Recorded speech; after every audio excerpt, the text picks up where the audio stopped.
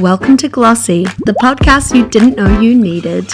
We're your hosts, Jazz and Hannah, friends for over a decade, bonded over a love of beauty. Between us, we've done it all.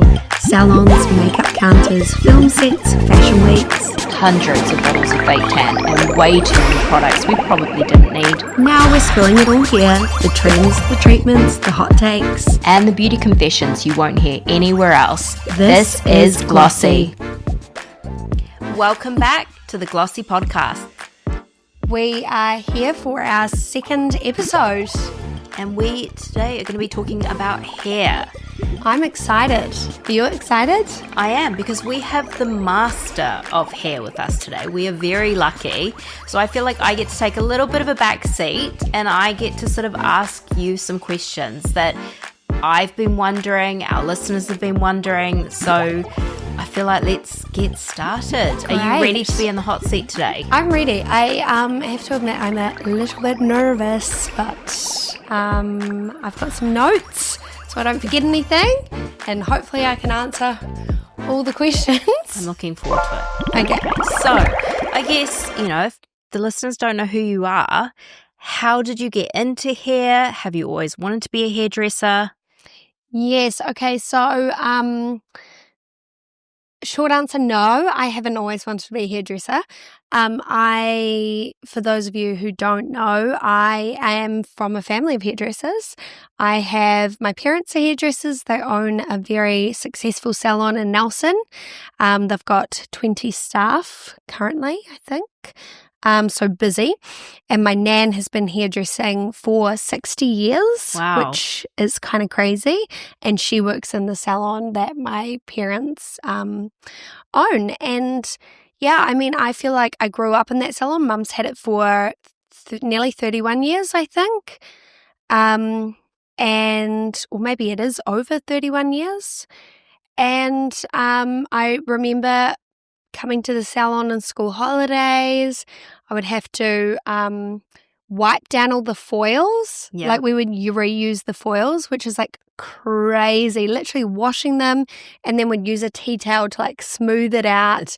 I would also have to cut them like with a ruler. Was labor intensive, but obviously they had me for free labor. Yeah, so a little bit different now to your It foil is cutting machine completely that you get different. to use. Well, do you know what? I even think it's evolved since the foil cutter machine. So like when I started the salon, Yeah, I had this machine that would cut my foils. yeah. And now I just buy boxes of pre-cut foils because they also they're a little bit kind of ridged, and so Yeah. they're not as slippery as the other foils, and I really like them. Technology. So yes, no, I have not always wanted to be a hairdresser. So I went to a performing arts drama school in Sydney, which you know. At a but very young age as well, moved Yes. overseas by herself. I was 14. And then I needed something else to do other than acting. And I was like, oh, I love makeup, and I did love doing hair. I just didn't want to be a hairdresser in a salon capacity. Yeah. And so went to makeup school, met you Oh. 13 years ago. And then I was working mainly on TV and film jobs. Yeah. And also then I met Ryan, and we were in Sydney. And doing TV and film jobs, you kind of have to be confident doing hair. Yeah. And actually, if you have an American job that is shooting, I think it's anywhere, but definitely the case is in New Zealand or Australia. If you have an American actor who is SAG-AFTRA, so that's their union for actors, they're part of the union, you have to be a qualified hairdresser to be able to do their hair. Like it's part of their union, part of their contract. Yeah. So to be able to do that was actually an asset to being on set. So then I was also like interested in hair because of that kind of side. So I did my training. I'm a cut colorist, so I focus on cutting coloring. I don't do any perms. I could do chemical straightening, but I don't do that. And then everything's kind of evolved from that. We bought our house. There was a opportunity to kind of have a salon at the house, and it's just, I don't know, it's all evolved into this. We got pregnant with Sachi, and it was like, actually, that's a great option for us. And also, I didn't want to be working the long hours that you do on set. Like, some of the days could be 15, 16, 17-hour days. If you have to go overtime as a hair and makeup artist, you... And one of the first ones there. And last ones to leave. And you can't say, oh, I have to go home. I've got Kindy a dinner. Pickup, you can't school. say that. Yeah. So now I've had my Salon Studio Gloss for 4.5 years, maybe 5 years. No, 4.5 years. And it's going really well, even though I did open kind of around COVID times. So that was really difficult, but I feel like that's another story. Yeah. So yeah, and here I am. Amazing. And I'm still doing makeup, but more moving towards more hair and then doing a little bit of makeup, and it's more on like event work or fashion work or whatever kind of pops up. Yeah. Yeah. But you can do it both now, which is great. Exactly. Do anything. Exactly. So with that, if you were starting out in the industry, if someone wants to get into the hair industry, do you have any tips of how to go about it? You know, is there should you go study? Should you do an apprenticeship? What's the best way? Yeah. So if they want to work as a hairdresser. In the salon, So there are a couple ways you can go about it. And I know from a standpoint of being in Nelson, because that's kind of what I more have experience with, is that you can go to somewhere like Polytech and you can do your apprenticeship through that, or you could approach salons directly and see if they are taking on apprentices. I mean, my suggestion would be find a salon. If you want to be a hairdresser, find a salon that you really align with. Have a look at their social media. Have a look at their website. Go in and, have your hair done. And if you like the vibe, I would contact the owner directly or find out who owns the salon and ask them, are you taking on any apprentices? If they're not, say, I'm really interested in it. Do they have any jobs for any assistants? So being on the floor and being in the salon, I think, is the most important. And some of the girls who have now finished their apprenticeships, they're a senior hairdresser, they are incredible. And they've been, like, this is from my parents' salon, for example, they're incredible hairdressers and hairstylists. They've got their niche because they've been in the salon working for learning. 4 or 5 years already, rather than doing their apprenticeship through somewhere like Polytech. And I'm not saying like you should do that, but that's what I would do if I was in that position. Yeah, I agree with that as well, that you can go and learn everything, but it's real hands-on experience. It's definitely very valuable in our industry. I agree. Yeah. And also, one of the kind of main thing about being a hairdresser is the service to your clients. Yeah. So learning how to communicate with them, even little things like washing someone's hair or asking them for what they would like for their drink.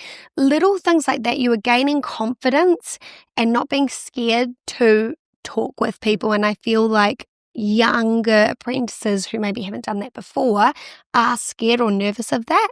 So, and I think that also links to the generation that we have at the moment of, lots of people are on their phones and people aren't used to talking on the phone. They're more, they'd rather send a text or do something by email or, versus having to have that in-person interaction. And I think it is very much important that if you are going into these industries, you do need to have that interpersonal skill that you can talk to people and communicate, because if you don't have that, someone's not going to come back to you if you don't form those relationships. Or even you could do your apprenticeship and not really had much communication with or learned how to communicate with a client, and then you go into the salon and you're like, actually, this isn't for me. Yeah. Or I don't actually really like this. Or also even things like dealing with conflict. It doesn't always go to plan. No. We're not magicians. No. You don't know what a client is wanting or how their hair's going to, like, there are so many different factors and where it could go right or wrong. So learning to deal with that as well. Yeah, definitely. Yeah. What is something, if you go back 10 years from today, what is something you wish you had known then that you maybe know now?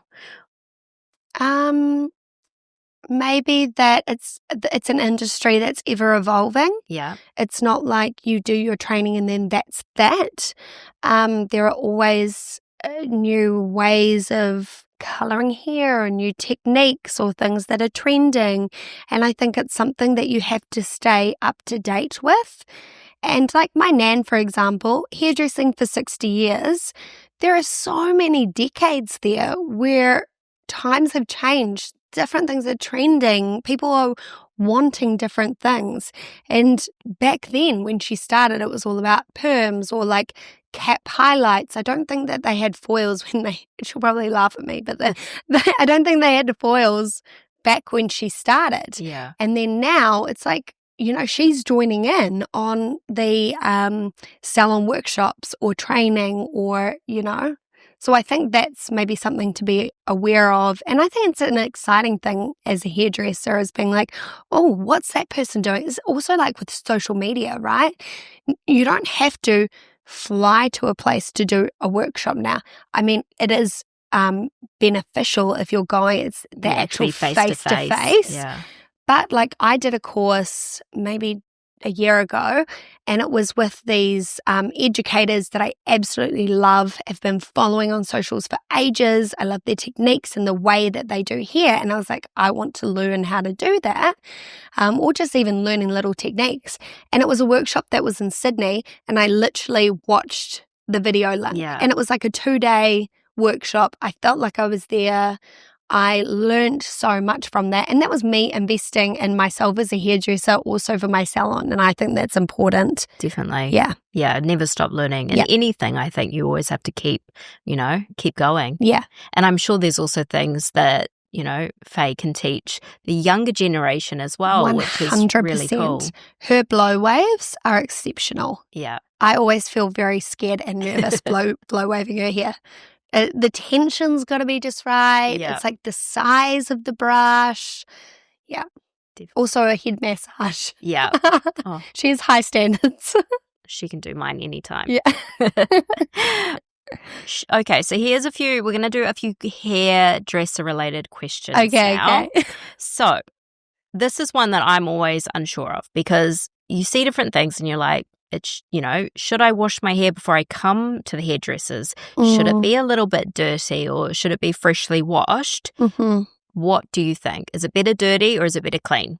In my personal opinion, I think, one, it depends what kind of service you're having. If you are having a cut, doesn't necessarily matter so much. It also depends, like if you're having a wet cut or a dry cut, whatever is going on there. In terms of color, it's slightly different. My personal preference, I would love somebody to have clean hair. And the reason for that is that if you are foiling and there is oil buildup on their hair, or maybe they've got some dry shampoo in there, or they've got product, the bleach might not have the full effect that I want it to because it's trying to get through those barriers of that product buildup. And then the same with dark colors. Often if I have clients who have, it's time for their color, like say they're doing a root touch up and they've got like the color, what do you call it? The color cover up stuff, which actually is great. I really like it. But if they've got lots of that in their hair, and then I'm trying to cover their roots, sometimes it can't hold on to the grey hair. And the grey hair it's thicker, it's a little bit more porous, and it's just kind of harder to penetrate. So ideally clean hair, but, if hair's a little bit dirty, it's fine. And I think in terms of like, people will suggest having slightly dirtier hair if you're doing like a style. So say you're doing a hair up or you have an event or something like that. If you know that your hair is super slippery and you're wanting to have some like structured curls or have your hair up, then I'd probably have your hair a little bit dirtier. But if you were having an event or a wedding, usually you would communicate with your hairdresser beforehand or hairstylist beforehand. So on that, how often should we be washing our hair each week? Because I absolutely love a slick back bun. Yeah. So I sometimes, depending on how often I'm working out, I might only wash my hair like maybe once or twice a week sometimes.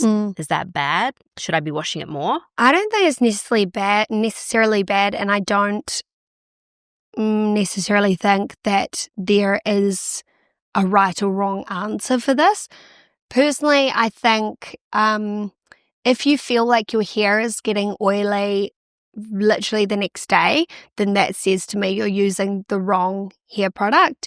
But then some people might not wash their hair for a week, and I don't think that's a bad thing either. I think it's personal preference. Some like their hair super, super clean, and sometimes it's kind of to do with your scalp health. And so if you feel like your hair is getting oily faster, it's usually to do with maybe what's happening with you hormonally, or the product that you're using in your hair. You know, it could be a product that has too many oils, and maybe your hair, maybe that doesn't work for your hair, you know?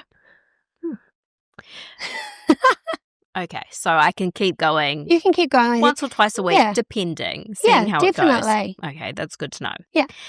Now, what is maybe the weirdest request you might have had in the salon of someone wanting something with their hair, or has there been anything odd that you might have been like, maybe not? No, I wouldn't see them as like weird requests, but there are types of colouring that are maybe put me out of my comfort zone. So I would call myself a kind of dimensional blonde balayage specialist or expert, because I really like doing those, and I love doing a really soft like grow out of the hair, so then they don't feel like they have to come every 6 weeks to 8 weeks. I just personally I also like that for myself, and I like that for my clients. I think it looks beautiful. And then so I've had clients who are maybe wanting to try something new, and they might want to do like a really white streak and then a really dark streak, and like I will do that and do my best, but I'm not an expert with that type of colouring, and there are people who are amazing at that. Do I test you with my hair colour choices? You are my only client that has had blonde, black, dark brown, copper, red, balayage. Yeah. And often. I'll often have to text you before our appointment and be like, right, what are we thinking? So I can plan. What are we doing today? Or manage your expectations and say, we're not doing that. Yes. And I mean, that is one of those things that often I'm like, okay, so now I've got currently very dark brown hair because Jazz would not do black hair on me. Yes. Which is fine because we want it to have a bit more of that sort of gloss to it. We don't want it to be, a straight blue-black. Yes. Black. Yes. But what, if I was to then turn around and say, I want this or I want that. Yes. How do you sort of communicate that to clients that sometimes it might not just be a single session to get what you want? Yeah, so that would be more the case with lifting colour. So say somebody is dark and then they want to go to more balayage. I think it's really important as a hairdresser to communicate with your client before they come in. Do a really thorough online consultation first. Get them to send in photos of what they're expecting from that appointment. Often I'll do that for my new clients, or if they've booked in a balayage and they're new, trying to work out actually what they are after. So you're kind of softening, not the blow, but by softening. Managing expectations. Exactly, before they even arrive. Yeah. So then you've got that down. I think that's important. And also for a client to kind of be like, oh, well, I'm spending $500 at this appointment and I think I'm going to get this. And then you come in and you're disappointed because your stylist is like, it's not going to happen. So talking about that first, then when you come in for your appointment as a hairdresser, I will again chat to you about what you're after. I will have a look at your hair.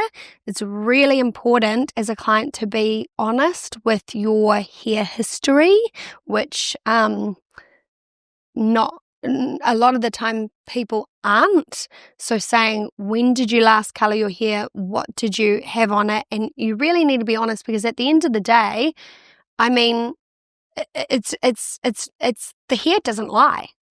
You know, if you have been coloring your hair lots with permanent color or box dye, if you're then going in with bleach, I don't know how it's going to react. And so I'm, as a hairdresser, wanting to problem solve with you. How can we get to that result? And also managing your expectations of saying, look, I'm not sure if we're going to get to this today, or we probably won't. This is probably going to take 3 or 4 sessions. It's going to be X amount per session. Also, you need to be using XYZ, these products in your hair, to maintain the integrity of your hair. Because at the end of the day, there's no point me getting you too blonde, you leaving the salon and your hair is all breaking off. Yeah. Because it also comes back on me as the professional and the hairdresser. Yeah. The last person who touched the hair. Exactly. Yeah. Exactly. Definitely. Yeah. Now, one of the biggest questions that we had, and also I know it's something that both of us are kind of focusing at the moment, is our hair growth journey. Yes. Now, do you have any tips on how to get your hair to grow faster? Is it, a myth, or is it fact that I need to be actually trimming my hair often to get it to grow? What do you kind of have for us as some tips and tricks? My opinion is that you can't speed up natural growth of the hair. Well, that's a little bit annoying. Yeah, sorry to say. I mean, there are prescription things that you can use more from a dermatologist or a doctor, not a hairdresser. However, there are things that you can do to optimize the area of the hair that is growing. So great scalp health, good nutrition, being careful with breakage, that kind of thing, that can help you to grow your hair. So, and there are brands that can help with that, like Nioxin, for example, which I use. There are ingredients in it like peppermint oil that can help to stimulate the scalp. I don't necessarily know if that works, but then again, I'm trying to grow my hair, so I'm making sure that I'm using keratin, which is so I'm not getting so much breakage in my hair because I am blonde, or getting regular haircuts where I'm cutting off those dead ends or those split ends, so it's not getting shorter. I'm not having to do a larger cut each time. So in the short answer, I don't think that you can speed it up. But there are things that you can do to help. Yeah. Perfect. Yeah. Okay. So one of the other treatments that I feel like are out there is, like nanoplasty, keratin straightening. What do you think about that? Is it good for your hair? Is it not good for your hair? And if I didn't want to jump in and commit to one of those treatments, is there something that I could do to help my hair feel a little bit smoother and maybe not feel so kinky or fluffy or, Often if you're interested in a nanoplasty or a keratin treatment, it is because you feel like your hair is maybe a little bit unruly, or you don't have so much time to style it every day, or there is another option. So I don't think it's bad for your hair. I mean, especially if you are used to straightening it every single day. By not doing that so much because you've had these treatments, I think actually helps your hair. Personally, I actually don't do nanoplasties and I don't do keratin treatments, but I did write down some notes. Great. So, kind of like the difference and how it works with a keratin treatment, it is coating the outside of the hair, and it is using the heat to seal in that product. And so that's what makes it feel nice and silky smooth, because it feels like the hair is like just smoother. Yeah. Does that make sense? Yeah. And it reduces frizz, like it's easier to style by having that coating on the hair. So if you've ever had a keratin treatment before where they put the product in, then they actually have to use a special straightener to seal it into the hair. So that's what a keratin treatment is. And I know a lot of people who've had keratin treatments.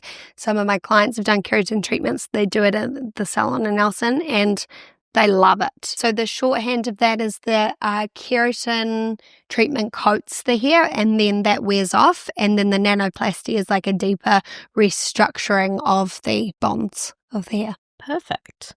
Now, a lot of people might not know, but you're actually a curly hair specialist as well. I am. So you've done some training for that as well. Yes. Which is great. Now, do you have any tips? How should curly hair be treated differently to straight hair? Okay, so, well, first of all, curly hair is different from straight hair. It's a really interesting one, and I kind of have just fallen into cutting curly hair. It's a very creative way of cutting.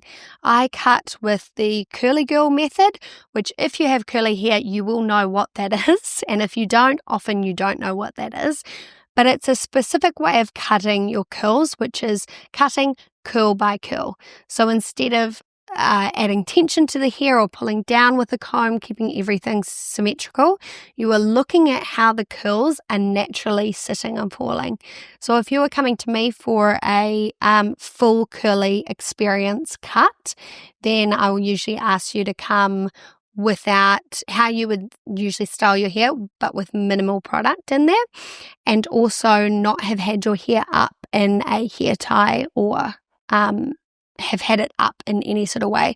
So then I can see how the hair is naturally falling, and then we cut from there, depending on if you want to be more conservative with taking off length, if you want to add layers, or kind of what your issues are. And often those sorts of appointments are really important with education without how to style your hair at home. So if you have curly hair and you're really struggling with it, the biggest things that are going to make the difference are your cut and how you style your hair at home and what products you are using. Do you have any product recommendations for curly hair? We've got one of our questions asked, what are your recommendations for wavy curly hair that doesn't make it crunchy? Definitely. So I, in my salon, I use Clever Curl. Clever Curl is an Australian brand. It is curly girl friendly. It doesn't have any sulfates, and their cleanser, for example, not a shampoo, their cleanser is non-lathering. So anything that's going to give friction or fluff to the hair is not a curl product. So with that, it's a really nice, easy range. You've got your cleanser. You've got two different types of conditioners, which is your light or your rich conditioner. Often I recommend the rich conditioner. Curly hair is porous, thirsty hair. It needs that hydration. Where you get the fluff or frizz, even though I don't really like to say frizzy hair, but where you get that is from not having happy, hydrated curls. And also the way that you apply your products. So anyway, you've got your cleanser, your conditioner, and then they've got a couple of styling products.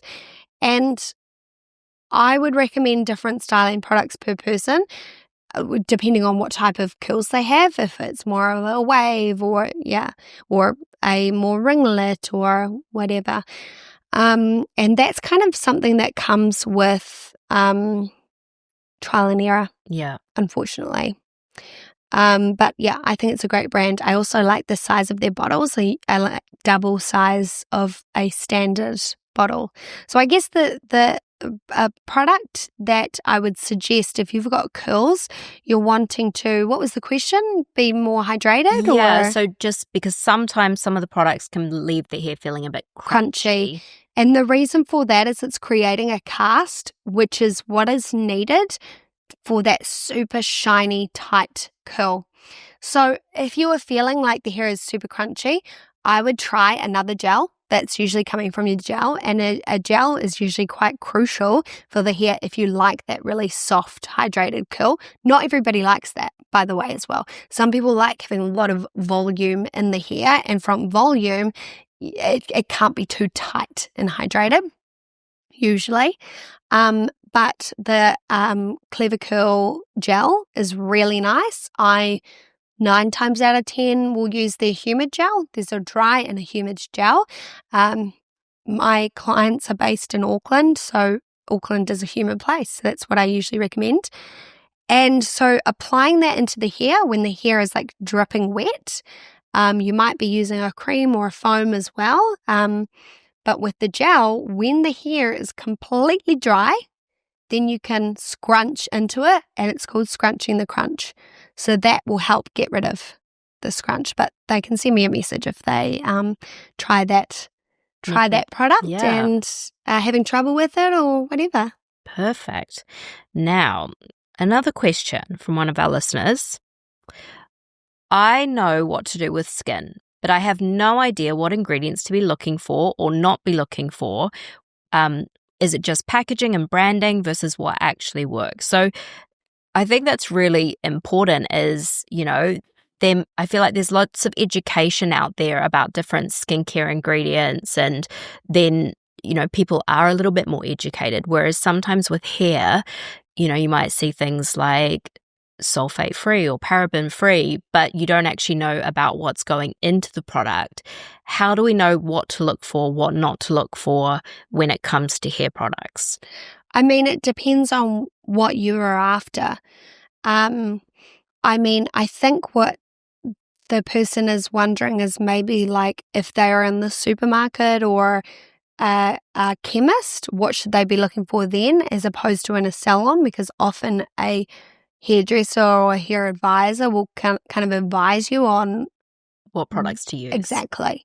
I guess if we're looking at the difference between salon products and, say, supermarket or chemist products, and I say chemist loosely because now Chemist Warehouse is stocking a lot of professional products. So let's say that professional products.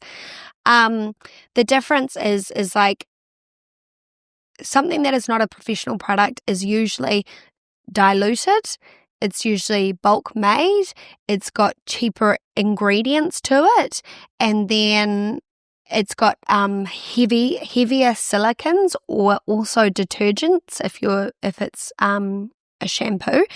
And yes, sometimes there could be a product where it's like a gloss product or a super hydrating conditioner, and it might feel really nice on the hair. Like once you've put it in your hair, it might feel really nice, but it only feels nice because it is it might be like a long chain silicone, which is harder to break down with water. It's not water soluble. So when somebody says you shouldn't be using a supermarket brand, it's often because the ingredients are not as concentrated, or it is a specific type of silicone in the product that sits on top of the hair.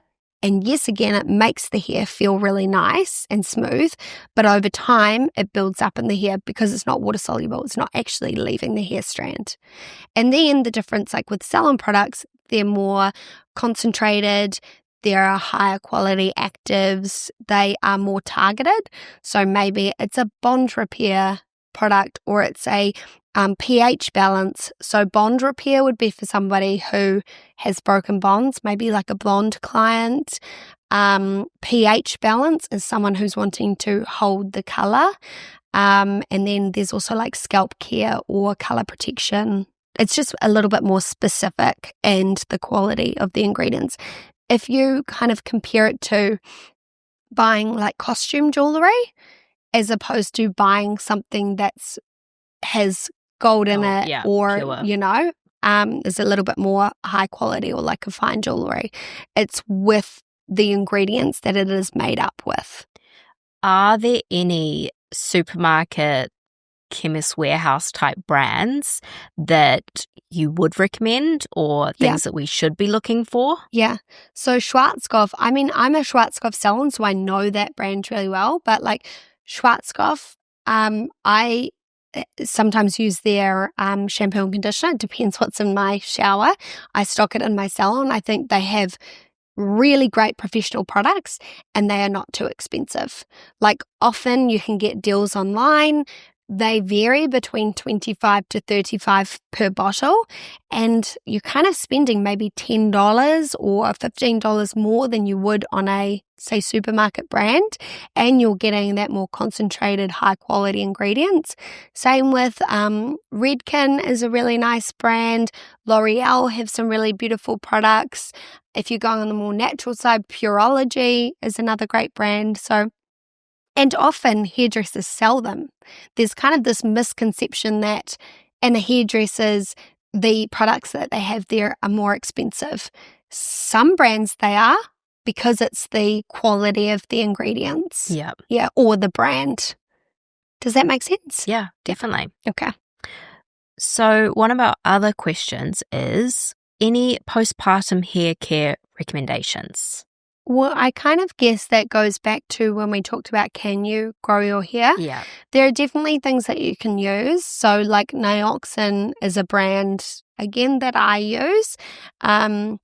They have different systems with their brand. So there's like 5 or 6 systems. So if you have coarse hair, if you have color treated hair, if you have progressed thinning or fine thinning and light thinning. Also, Nioxin has been around since the 80s, so I feel like it focuses on the scalp as the foundation for the hair and the environment of the hair to grow. Then also you've got Kerastase. Kerastase is kind of in a league of its own, in my opinion. I think it's the creme de la creme of hair care. It's very prescriptive based, and they have some products there that help with hair growth. And I'm not going to pretend like I know specifically Off the top of your head. off the top of my head what the ingredients are, but I do love Kerastase. Yeah. What about like supplements? Because there's, like hair gummies, there's, hair, skin and nails. Do you think they do anything? Is it worth taking or? Jury's out. Jury's out. I'm not sure. And that's probably also from personal experience of trying it myself. And I don't know if they really work.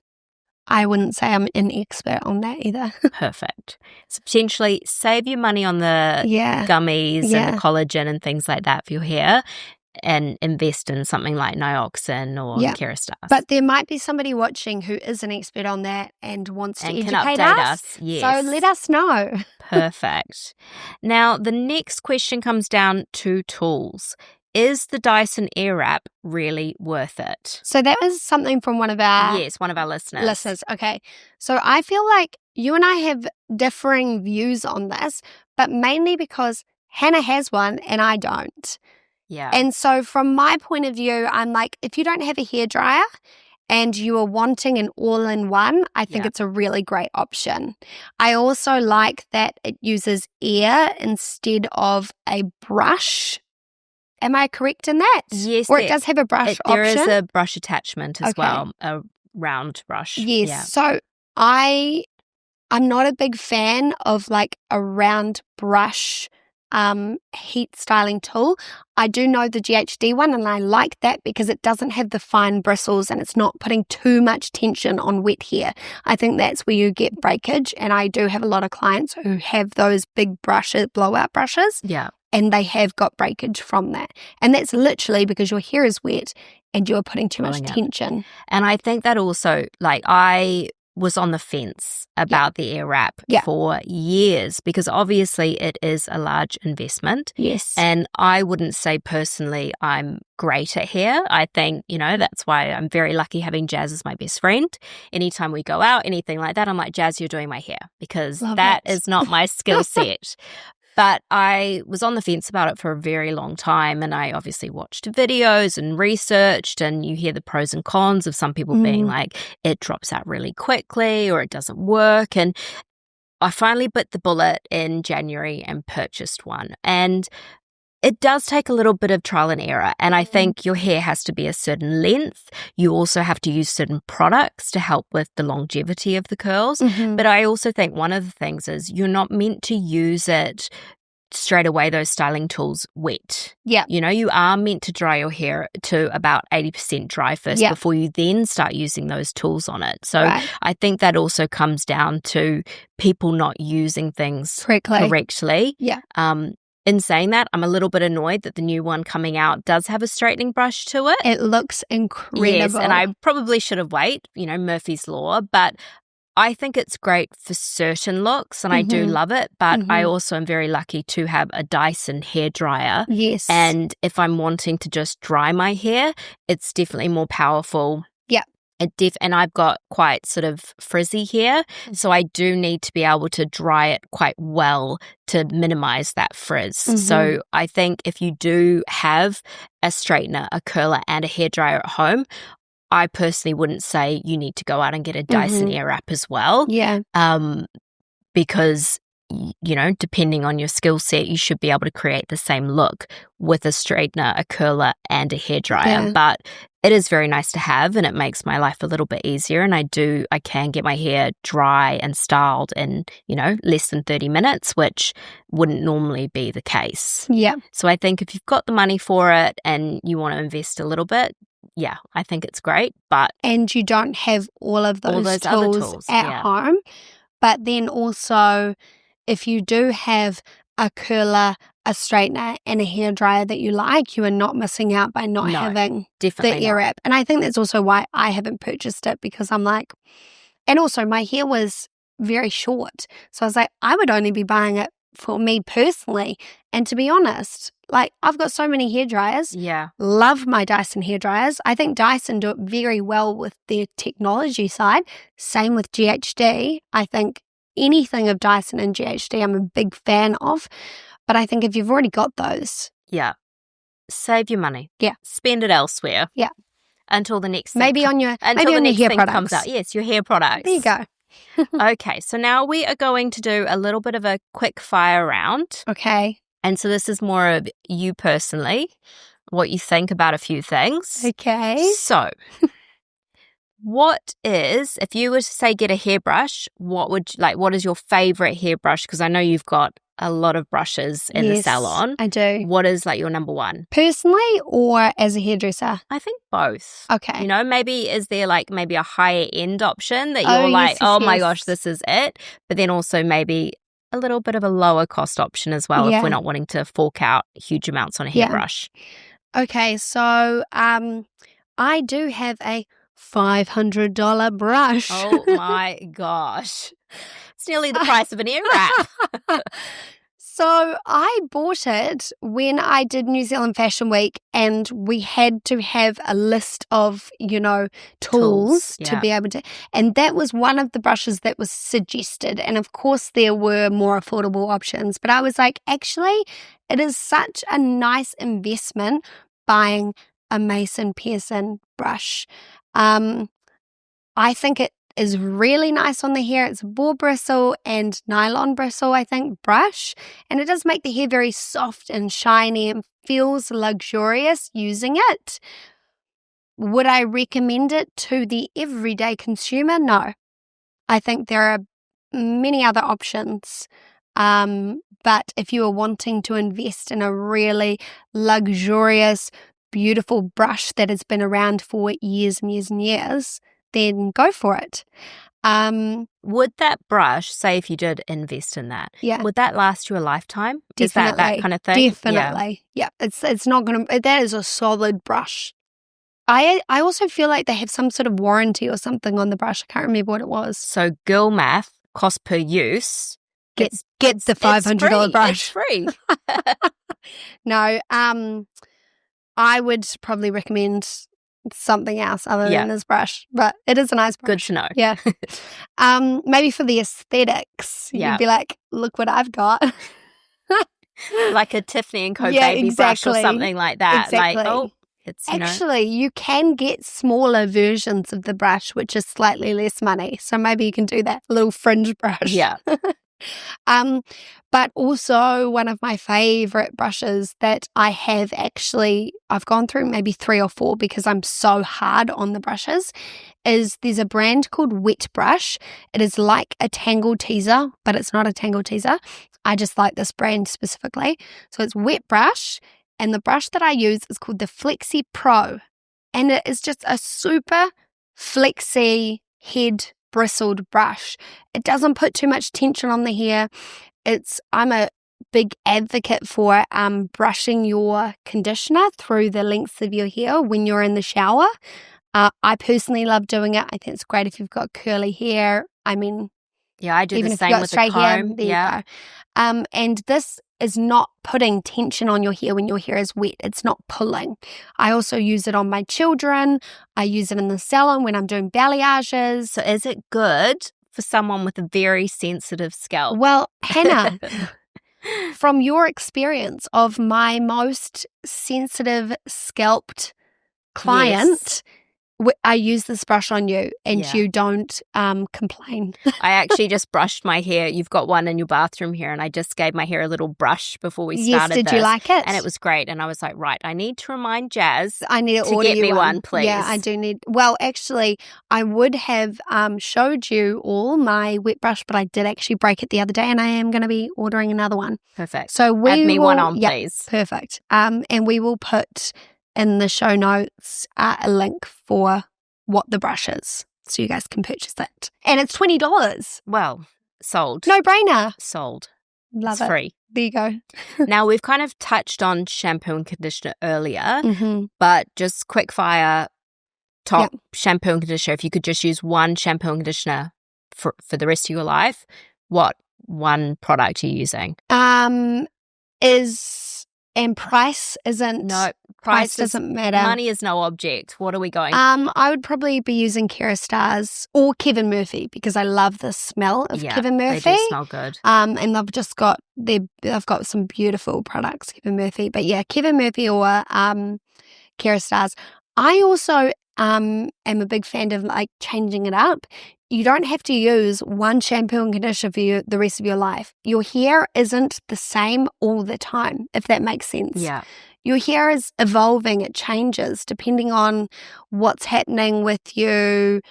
If you're going outside lots over summer, you might need a different shampoo and conditioner. You don't have to stay with that one specific product for the rest of your life. If it works for your hair and you really like it, then go for it. But yeah, I'd be using either Kerastars or Kevin Murphy. Either of those shampoo and conditioners. And I don't know which one specifically I'd be using. I don't know. Maybe something for, I don't know. That's okay. Yeah. You get to mix it up. We Exactly. don't have to subscribe I'd have to do a bit of research. But yeah. Okay, so hairspray. There are so many hairsprays out there. There's obviously different holds. There's, ones from the supermarket chemist. There's hairdresser ones. What would be your go-to hairspray? Personally, love Kevin Murphy sprays. They have one hairspray which is called Bedroom Hair. It creates texture. It's like a drier type hairspray, and I love it. It smells amazing. It does really well for my hair. I've got fine hair, but I've got a lot of it. And I really highly recommend their hairsprays. If you are looking for hairspray is a funny one because often I'll be like, do you use a hairspray? To my clients, if they're saying, oh, I feel like my hair is fluffy with this or that, I'm like, do you ever use a hairspray? And they're like, no. I don't know. I feel like hairspray is kind of slept on, and I love a bit of hairspray. Well, I guess people maybe think a hairspray is just for like a finishing or for holding a style. But I definitely think with my fluffy hair, I do like a bit of hairspray just to kind of help it hold in place and also hold a curl. And also maybe people have had a bad experience with a hairspray and they're thinking of that really ultra juicy firm lacquer silhouette, Schwarzkopf silhouette hairspray. If you know, it's like a big black spray, and it is great if you want super strong hold. But there are different sprays. I'd be looking for, if it's like an everyday thing, I'd be looking for a dry spray rather than like a wet lacquer. And there are some really great affordable ones. Again, like Schwarzkopf has some really nice options. And I think Chemist Warehouse stock some of them, or you can go to your local hairdresser. Now, this is kind of, I guess, the biggest question. Mm-hmm. What is your ride or die hero product that you think maybe everyone should be using or that you can't live without personally or in the salon as well? Mm-hmm. What comes to mind straight away is keratin. For those of you who don't know what keratin is, it is a treatment that repairs the bonds of your hair at a molecular level. And basically, in plain English, what that is it is an amino acid chain that kind of copies your hair's natural keratin structure. So it kind of fills in the gaps where there is damage there. And keratin's a funny one. It's not to make your hair feel hydrated and silky and smooth. It's to work at a molecular level, and it's kind of all about structure as opposed to hydration.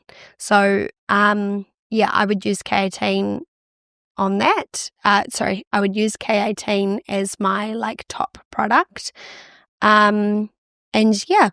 On that, I really, really, really would like to try the keratin dry shampoo. Oh my gosh. Okay. Insane. So I have a opinion about the keratin dry shampoo spray. So I'm sure it's great. I think at the salon they use it. It's like goes on wet. Yeah. Yeah. So Nioxin have the same product and it is half the price. Great. Sign me up. And it goes on wet, like your hair literally looks wet, and then you kind of like brush it and then it's like dry. And so it's half the price. Perfect. And it's exactly the same. It's been out for years. Oh. Yeah. Well, there we go. There you go. Maybe I'm just a Nioxin fan, but no, I do love keratin. Yeah. Perfect. So if you think about keratin, it's like a bigger picture repair rather than a immediate, my hair is silky smooth for a week. Yeah. It also, there are options that you can do for it. So it is a leave-in. So you shampoo your hair, you towel dry. So if you're having it in the salon, this is what they'll do. Towel dry and then place it through the hair, and it works within 4 minutes.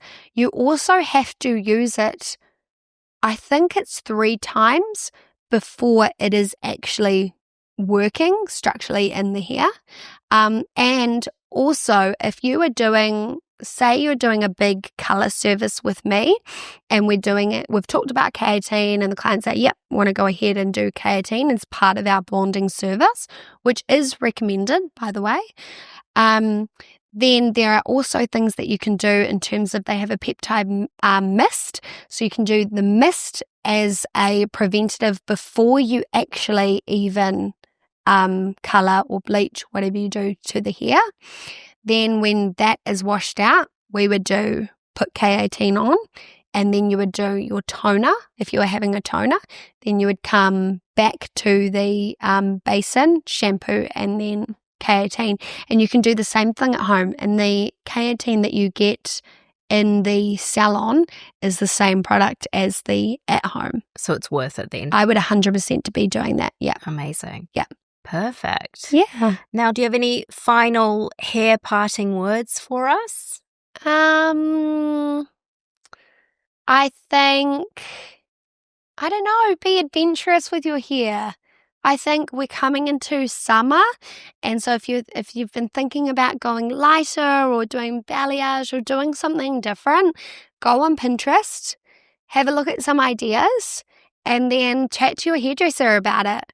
I think over the winter, people kind of don't go to the hairdresser as much, or they're not going out as much. But I think getting your hair done is such an instant boost. It makes you feel really confident and really nice and beautiful and fresh. Yeah. And I think now's the time to do it. So on that, what are we doing to my hair then? Oh my goodness. Don't worry, I won't give you a heart attack. We'll stay where we are for now. No, I think the next one you want is your blue-black. Oh, I don't know. Oh. Maybe. I'm not sure. Okay. I'm quite happy with where we are at the moment. It does look good. But it does. I mean, it looks dark. Give me a moment. I'll see a photo. I'll see something. I'll be like, that's the one. Oh, I won't be cutting a bob. No, you've been growing your hair we're for growing long. at the moment. We want it long. I'm, on the fence of do I go back to extensions or not. Ooh. But for now, we are happy with where we are. That is actually one thing that I don't know much about extensions at all. And I keep prodding her. I'm like, yeah. For me, it would be great if you could do a hair extensions, and then that would just solve all my problems. I just don't need any more side projects or projects. So, yeah. For now. And then she'll get itchy feet and she'll be like, right, so I'm going to do this instead. Yeah, exactly. She can't sit still. Exactly. Very true. Amazing. Well, thank you so much for sharing all your hair knowledge. I definitely learned quite a bit today. Aww. And that is the end of episode 2 of the Glossy Pod. Yes. Thank you so much for sharing all your knowledge with us today. I definitely learned something, and I hope the listeners learned something as well. Yay. Next time on the Glossy Pod, we will be covering party season. So it'll be everything from fake tan, lash lifts, maybe some makeup tips and tricks, maybe some hairstyling tips and tricks, just anything to kind of get fragrance. Yes, a little kind of like test. Summer's coming by that point. Yes, and also, what do you need to know to be ready for the festive season? Yeah. And what's going to make your life easier, especially if you're, spending the day at the beach or being outside. We'll chat about SPF. So, yeah, just a little getting ready for the silly season. Definitely. If you guys are not following us on social media, we have our Instagram, which is follow us at GlossyPod. And yeah, thanks so much for listening in to today's episode, and I hope you found some tips or tricks from what we chatted about. And if you have any questions, please let us know, because we would love to hear it. So see you next time. See you later. Thank you. Bye.